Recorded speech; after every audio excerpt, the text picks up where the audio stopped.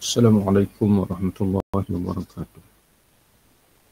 Bismillahirrahmanirrahim. Alhamdulillahirabbil alamin. Wassalatu wassalamu ala Rasulillah nabiyina Muhammadin ibni Abdullah wa ala alihi wa sahbihi wa man walah.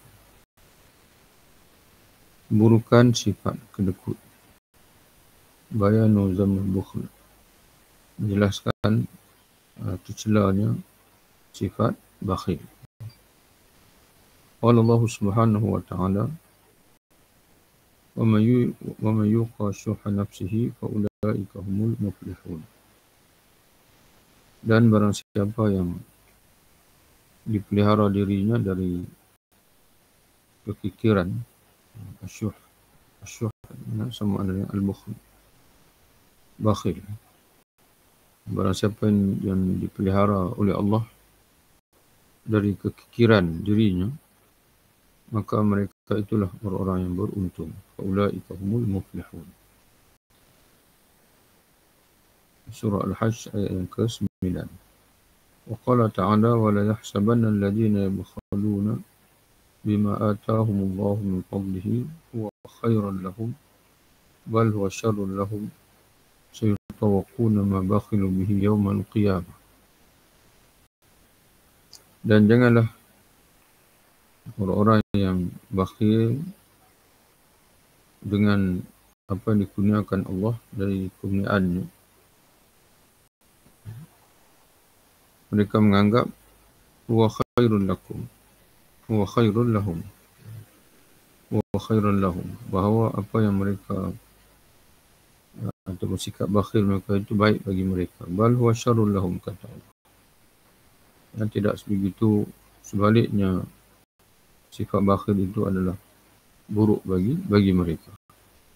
Sayutawaquna ma bakhilu bihi yawmal qiyamah, di mana akan dikalungkan harta yang mereka bakhilkan itu pada hari kiamat. Dan dalam hadis Nabi SAW menceritakan bahawa mereka akan dilingkari dengan ular. Harta yang mereka bakhil itu akan dijelmakan Allah dalam rupa ular syuja'un aqra, ular yang botak.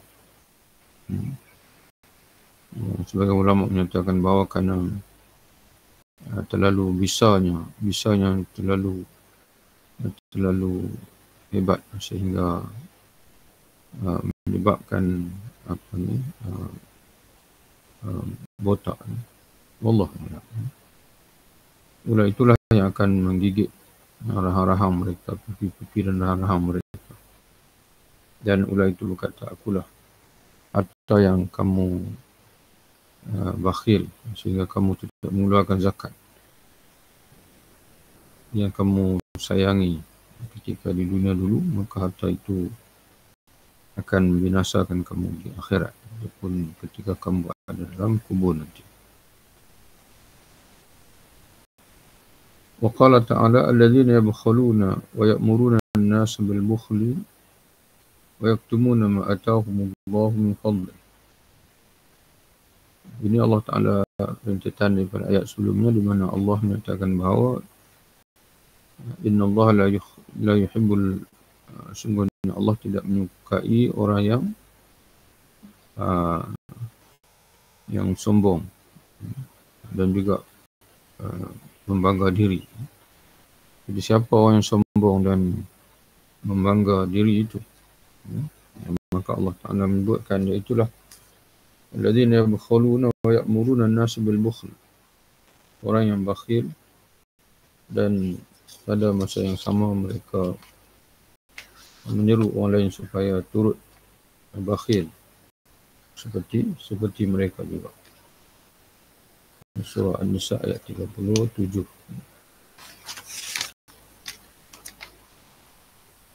Dalam ayat sebelumnya di hujung Allah Subhanahu wa taala menyebutkan innallaha la yuhibbu man kana mukhtalan fakhura. Sesungguhnya Allah tidak menyukai orang yang sombong lagi membangga diri. Sebagian ulama mentafsirkan mukhtalan iaitu orang yang sombong dengan Tuhan, dengan Allah, yang tidak akur dengan kebenaran.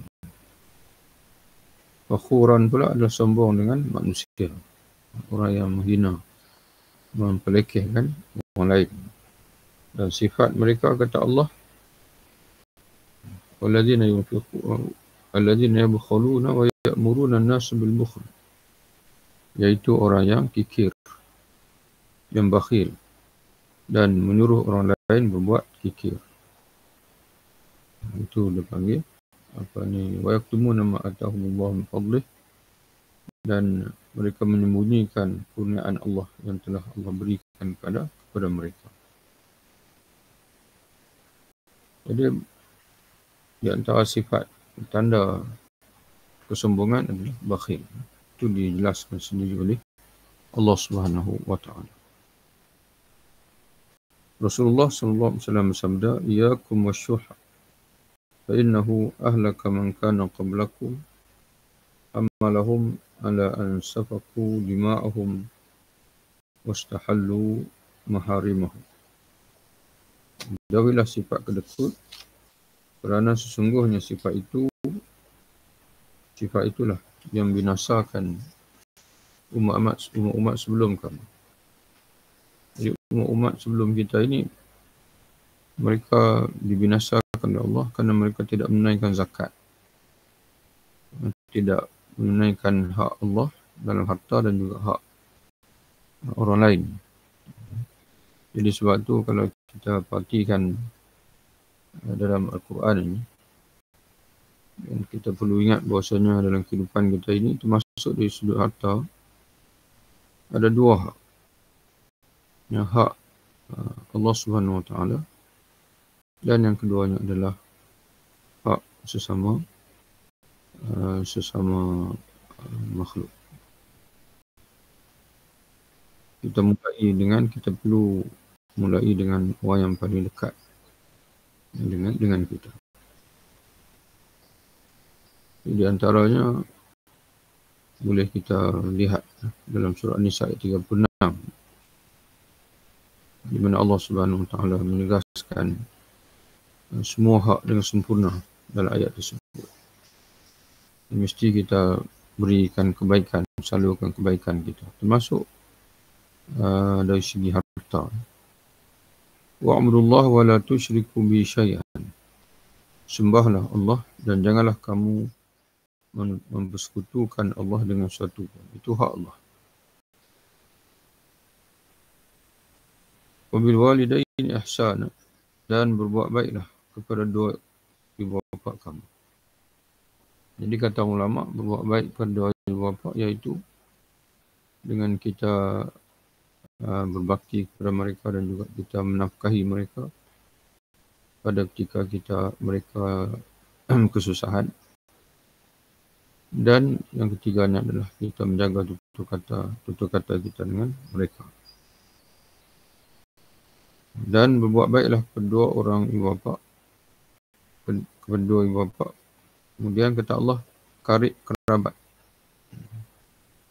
wabidil qurba, dengan kaum kerabat, ahli keluarga. Jadi ahli keluarga pun ada hak dia. Sebab tu Nabi sebut dalam satu hadis, sadaqatun alal miskin sadaqatun wa sadaqatun ala zawil qurba sadaqatun wasilatun. Sedekah kamu kepada fakir miskin saja, orang fakir miskin tapi tak ada hubungan keluarga dengan kita, sedekah kamu akan dapat pahala sedekah. Namun sedekah kamu kepada keluarga, abang kita, adik kita, ataupun pak saudara kita, sepupu kita, yang ada hubungan keluargaan dengan mereka, dengan kita, ada hubungan keluarga dengan kita, dan pada masa mereka miskin, kita bagi sedekah, maka kata Nabi, sadaqatun wasilatun, maka kamu akan dapat pahala sedekah dan juga menghubungkan silaturahim. Kemudian kata Allah lagi, wal yatama, dan juga buat baiklah pada anak-anak yatim, wal masakin, dan orang miskin, wal jari dzil qurba wal jari junubi, dan jiran-jiran merangkumi kata Allah, jiran yang dekat dan juga jiran yang jauh. Wasahibul jambi, dan teman sejawat. Teman sejawat. Teman sejawat mana satu pekerjaan dengan kita, satu pejabat dengan kita, ataupun sebagai ulama mentafsirkan iaitu teman semusafir. Wa ibn sabil, dan juga ibnu sabil, iaitu orang yang terputus bekalan dalam pemusafiran. Yang sebagian ulama mentafsirkan ibnu sabil iaitu ad-duyuf, tetamu. Wa ma malakat aymanukum, dan juga hamba yang kamu miliki. Inna Allah la yuhibbu man kana mukhtalan fakhura, sungguhnya Allah tidak menyukai orang yang sombong lagi berbangga diri, lagi bermegah diri. Jadi komplit, ayat yang sempurna. Allah Subhanahu Wa Taala tutup di hujungnya dengan sebut sombong. Di awalnya Allah Taala menyebutkan tentang hak Allah, iaitu ibadat, dan juga hak-hak sama manusia itu dengan kita menyalurkan ihsan, kebaikan kita pada mereka, termasuk dengan kita membelanja mereka,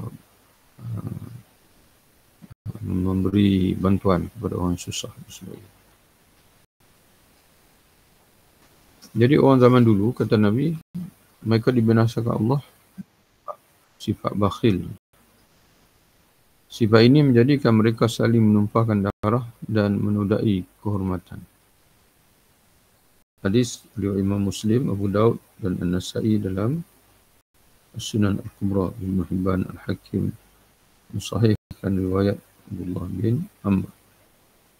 Jauhilah sifat kedekut, kerana kehancuran umat-umat sebelum kamu disebabkan sifat kedekut. Sifat itu menjadikan mereka saling memutuskan hubungan silaturahim dan melakukan perbuatan tercela sehingga mereka melakukannya. Kemudian dalam hadis yang lain, Nabi SAW bersabda, "Iyakum wasyuhha, fa innahu da'a man kana qablakum fasafaku dima'ahum wa da'ahum fastahallu maharimahum wa da'ahum faqatta'u arhamahum." Jauhilah sifat kedekut, kerana sifat ini telah mengajak umat-umat sebelum kamu. Ini mendorong umat sebelum kamu sehingga mereka saling menumpah darah dan menodai kehormatan dan memutuskan silaturahim. Inilah hebatnya kesan buruk daripada bakhil ini. Boleh menimbulkan tumpah darah, akan tergadainya kehormatan, dan yang ketiganya adalah memutuskan silaturahim. Hadis Al-Hakim, hadis ini sahih sesuai dengan syarat Imam Muslim. Kemudian Nabi SAW bersabda lagi, "La yadkhulul jannah bakhilun wala khabun wala khainun wala sayyul malakah." Tidaklah masuk syurga orang yang kedekut, penipu, berkhianat dan berperangai buruk. Hadis riwayat Imam Ahmad dan juga Tirmizi. Jadi sebab itu dalam kita beragama ini, sebagai tanda komitmen kita dengan Islam dan buktikan kita sungguh-sungguh dalam beragama ini, tak cukup dengan kita sembahyang, dengan kita puasa. Sebaliknya kita perlu menjaga akhlak. Di mana Nabi SAW sendiri menegaskan, "Innama bu'ithtu liutammima makarimal akhlak." Sesungguhnya aku diutuskan untuk aku menyempurnakan akhlak-akhlak mulia. Sebab itu Allah menjadikan baginda Nabi SAW contoh termasuk dalam masalah akhlak ini. Innaka la'ala khuluqin azim. Engkau wahai Muhammad, innaka, sesungguhnya engkau wahai Muhammad, la'ala khuluqin azim.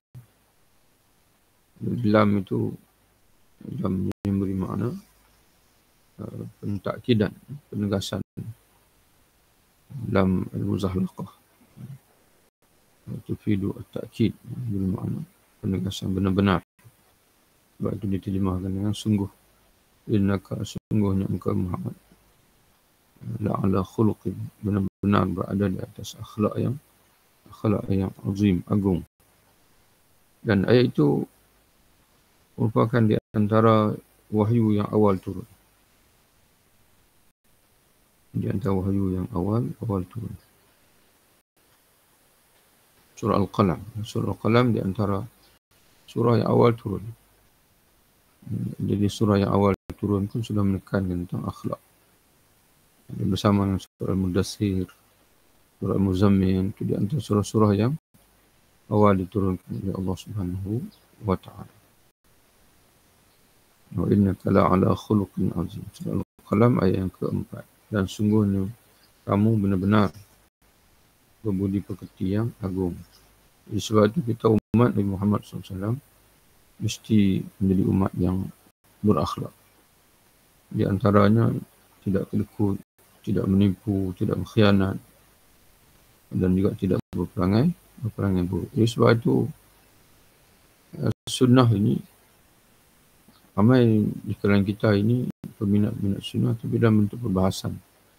Kita membaca hadis, dan kita bergelumang dengan teks. Tapi sunnah sebenarnya, teks ini dia wujud kemudian. 400 tahun sebelum itu barulah direkodkan. Tapi para sahabat radhiyallahu anhum, mereka menjaga sunnah itu dengan amalan, dengan disamping dengan hafalan, dengan amalan mereka, dengan perilaku mereka, dengan akhlak mereka. Itu menjaga sunnah. Jadi dengan sunnah lapangan, kita membawa sunnah itu di lapangan. Ataupun kita, contohnya umat Islam pada ini, mereka masih lagi tebal dengan tabiat buang masa sebagai contohnya. Itu menggambarkan bahawasanya mereka tidak menghargai ayat Quran dan juga sunnah Nabi tentang masa yang sangat dijaga oleh Nabi SAW.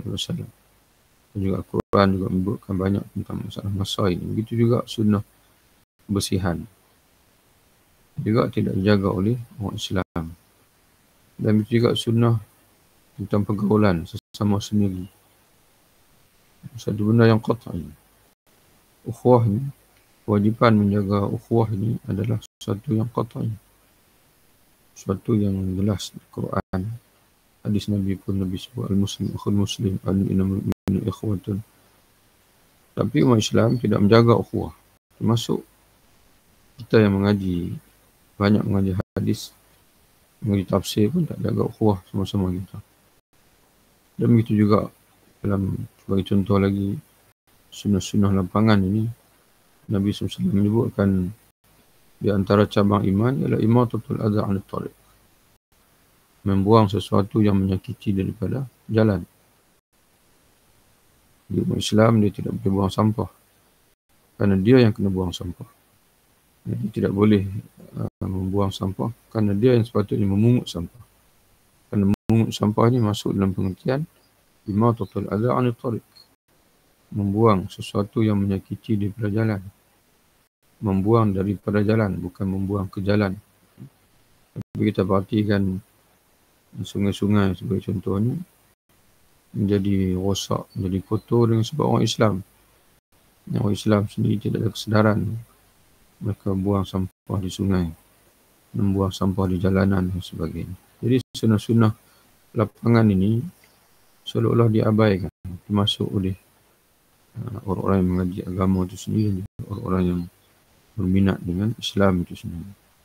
Kerana mereka biasa dengan buku, dengan kitab, dengan teks, dengan teori, dengan menghafal dan menjadi alim. Menjadi alim dari sudut ilmu, tapi mengabaikan alim dari sudut pengamalan juga penghayatan. Balik pada hadis kita, dan dalam riwayat yang lain disebutkan orang yang berkuasa, yakni kejam, buku besi dan menyebut-nyebut amal kebaikan. Thalathul muhlikat.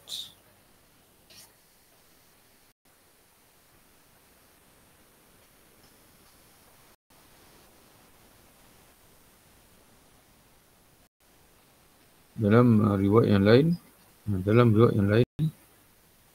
mana riwayat hadis lah yang lain ada tambahan, iaitu wala jabbar, wala mannan. Dan ini tidak akan masuk syurga orang yang jabbar. Di samping tadilah la yadkhul jannah bakhilun wala khabbun wala khainun wala sayyi'un. Fi riwayatin, dalam riwayat yang lain disebut juga orang yang jabbar. Orang jabbar ni mana orang yang zalim, yang memeras, yang memaksa orang lain, yang menindas orang lain. Wala mannan, dan begitu juga orang yang mungkit-ungkit atau menyebut-nyebut amal kebaikan diri sendiri. Kemudian Nabi SAW bersabda lagi, salasul muhlikat, 3 perkara yang membawa kebinasaan. Syuhun mutu', kedekut atau kikir yang diperturutkan. Wa hawa muttaba'un, hawa nafsu yang diikuti.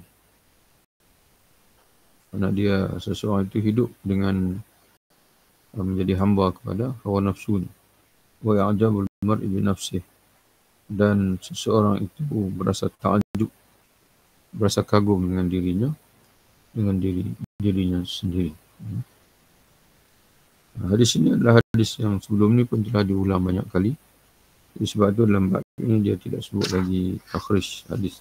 Tapi hadis ini insya-Allah hadis yang sahih. Kemudian Nabi sallallahu alaihi wasallam bersabda lagi, masalul munfiqi wal bakhili kamathali rajulaini alaihima jubbatan min hadidin min ladun sadihima ila taraqayhima ila akhir hadis. Perumpamaan orang yang berinfak, orang yang suka bersedekah, dan orang yang kedekut seperti 2 orang yang memiliki jubah dilakukan daripada besi. Mana jubah besi, baju besi lah. Mana baju besi ni dia dianyam dengan dipanggil gelung-gelung besi. Jadi orang yang Nabi memberi perumpamaan, orang yang dia rajin bersedekah dan dia mengajar dirinya atau mendidik dirinya dengan bersedekah, sehingga dia bila sampai satu ketika sedekah itu menjadi satu keseronokan untuk dia. Maknanya dia dah tak berat lagi. Peringkat mula memang kita nak kena paksa lah. Sebab manusia ni memang dia sayang harta. Tapi bila dia memberi, akhirnya yang menjadi satu kegembiraan bagi dia bukan menyimpan harta, tapi memberi harta. Dan seorang lagi adalah orang kedekut. Orang kedekut ini harta yang wajib dia berikan pun dia terpaksa beri dengan resah, gelisah, takut, miskin dan sebagainya. Kerana sifat kedekut itu masih tebal dalam jiwa dia. Jadi Nabi bagi perumpamaan dengan orang yang memakai baju besi. Baju besi diselum daripada atas. Bila dimasukkan daripada atas sampai di taraqihim. Taraqih ni adalah tulang tu. Tulang selangkar tu. Tulang 2 ni. Sampai di sini orang yang bersedekah dengan ikhlas, yang jasa bersedekah, baju besi itu akan melabur ke bawah dengan senang hingga menutupi sehingga ke hujung jari dan juga sampai ke menutupi seluruh tubuhnya lah. Tapi orang yang kedekut pula, dia seperti orang yang pakai baju besi yang ketat. Sampai di tulang ini, baju besi dah tak boleh nak ke bawah lagi kerana baju itu sempit. Jadi perumpamaan ini adalah bagi orang yang Orang yang sentiasa bersedekah, dia akan merasa lapang dalam hidup. Tapi orang yang tidak ada bersedekah, dia hidup dengan sentiasa resah, gelisah, seolah-olah macam dia memakai baju besi yang ketat di tubuh dia. Umpamaan orang yang berinfak dan orang yang kedekut, seperti dua orang yang memiliki jubah yang dilakukan daripada besi, mana baju besi lah, yang pada peringkat awal hanya menutup sehingga ke dada dan tekaknya saja. Orang yang berinfak tidak akan mengeluarkan infak. Orang yang berinfak setiap kali mengeluarkan infaknya, dia umpama seperti orang yang memperoleh jubah, ini baju besi yang labuh, yang menutupi seluruh tubuh dan hingga menutupi jari jemari. Ya. Adapun orang yang kedekut, setiap kali dia mengeluarkan wang, maka seumpama seperti orang yang memakai jubah yang sempit dan mencekik tekaknya. Kerana dia ingin melonggarkan. Maksudnya dia bila nak masukkan itu, dia perlu untuk longgarkan. Setiap kali dia ingin melonggarkan, tidak boleh. Pakaian itu tidak menjadi longgar. Jadi sebab itu, wallahu alam, jadi kita faham daripada hadis ini, orang yang sentiasa bersedekah ini, setiap kali bersedekah itu, Allah akan beri kelapangan kepada dia. Dan Allah akan memberi sitr daripada pelindung kepada dia. Dan mungkin kita boleh fahami daripada hadis Nabi SAW, ittaqin nar wala bisyiqqit tamrah. Peliharalah diri kamu daripada api neraka, melindungilah diri kamu daripada api neraka dengan bersedekah walaupun dengan syiqqit tamrah, dengan secebis buah kurma atau buah tamar. Jadi sedekah ini akan menjadikan hidup kita ini lapang, selesa, dan Allah akan beri keberkatan dalam hidup kita, insya-Allah. Dan orang yang bakhil, Allah akan balasnya dengan hidup yang resah, sempit, yang tidak yakin, walaupun duit banyak tapi masih tidak cukup, masih lagi tidak memiliki hati yang lapang. Jadi tuan-tuan sekalian, ada lagi, masih banyak lagi lah. Ada hadis juga asar yang dibawa oleh pengarang kita ini. Untuk ini kita berhenti di situ, dan nanti insya-Allah kita akan sambung lagi. Wallahu a'lam bishawab. Assalamualaikum warahmatullahi wabarakatuh. Waalaikumsalam.